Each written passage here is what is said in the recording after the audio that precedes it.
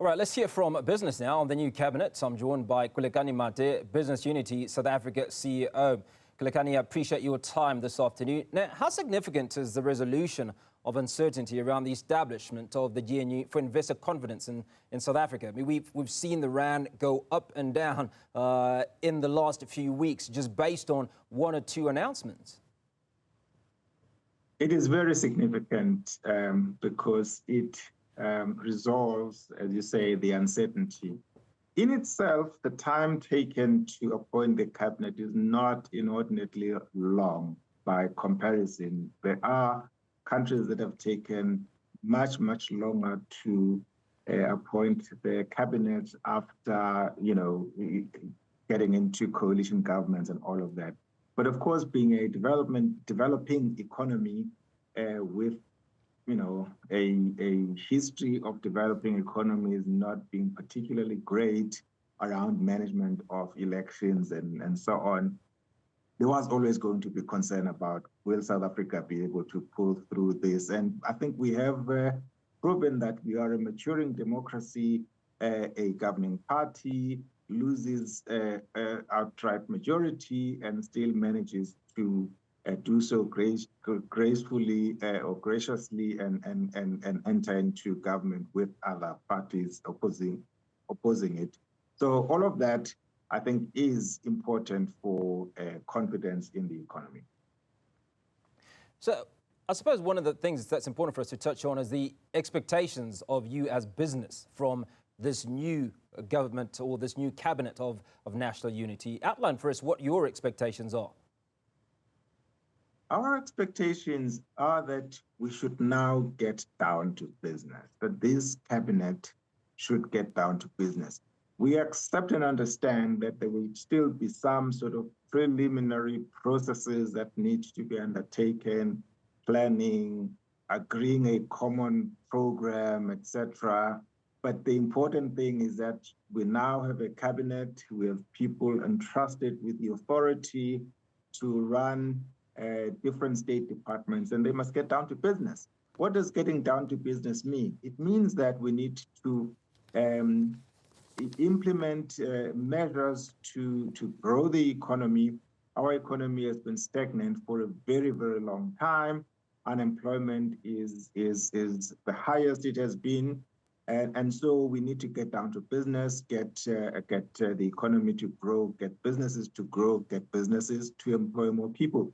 But we also expect that the government will invest in building the capacity of government, because there are certain functions where the capabilities in government can retard economic growth, because you have processes of approving applications of one form or another taking forever, and thus delaying investment, etc. So getting down to business does entail all of those aspects that are necessary to get this country on the right trajectory.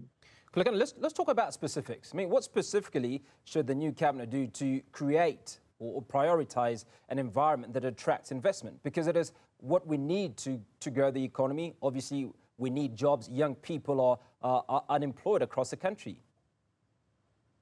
So already there is a program of reforms that have been led by an entity called Operation Vulindlela, or a project called Operation Vulindlela, located in the presidency.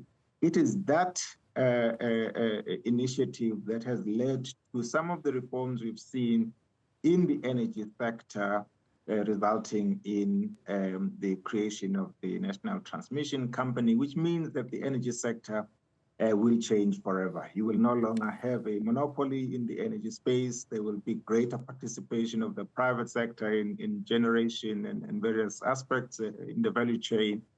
Similarly, there are reforms that are beginning to take place in the transport and logistics space. Incidentally, both of these are very important to the economy. We know the destruction that was caused by that period when we would have load shedding for long periods of time, led to many businesses closing down. Similarly, lots of revenues lost by those businesses that require a functioning logistics system, given the challenges that we face So there is a set of reforms that were started by the sixth administration, which need to be continued and concluded because they are important foundations for making sure that you can unleash the potential of this economy and lead to creation of growth and development. Now, we've got the largest cabinet that we've ever had. How can the government ensure efficient use of resources and avoid excessive public spending because of this large executive?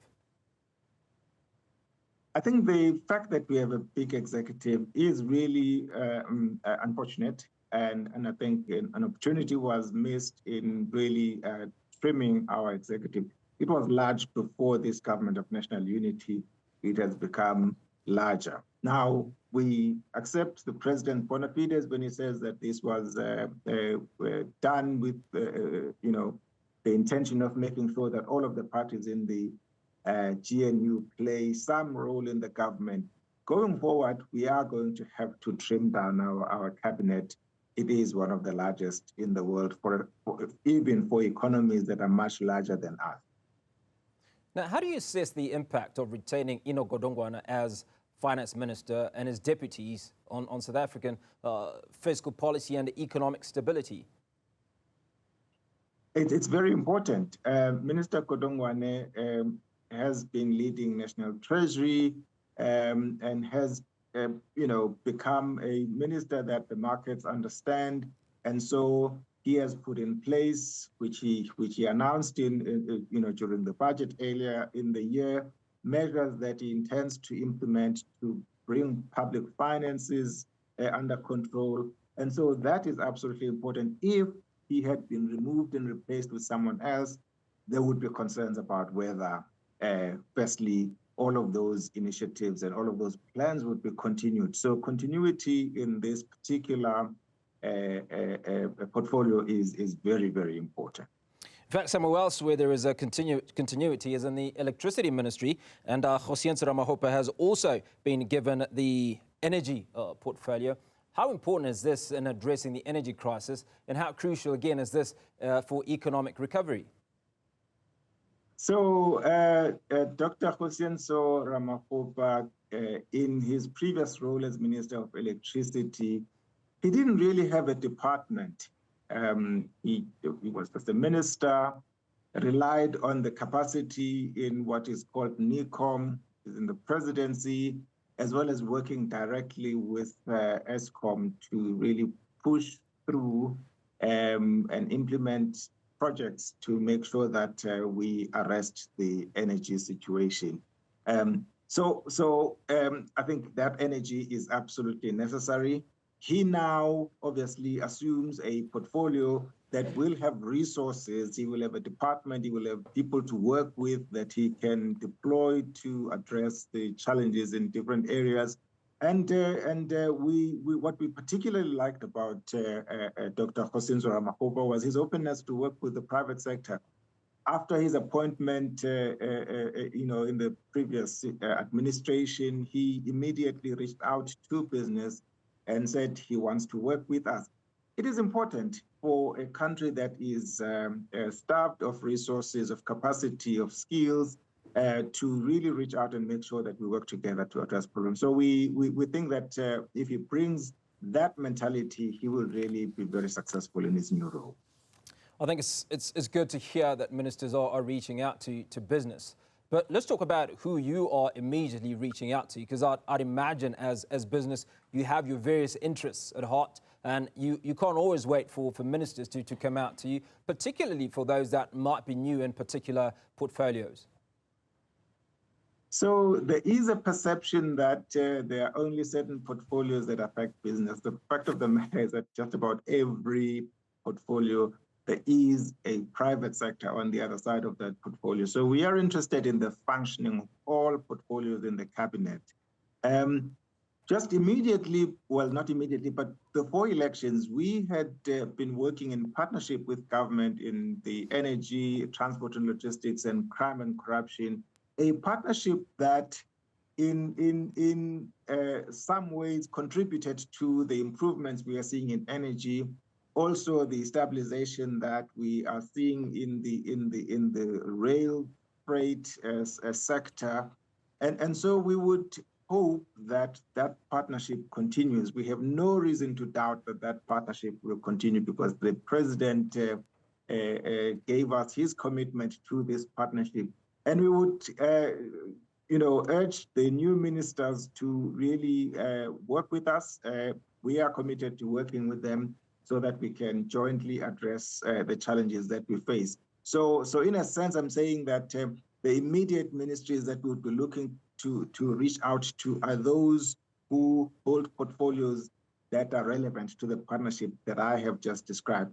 But of course, as I've said, we will also be looking at all other ministries over the period of time.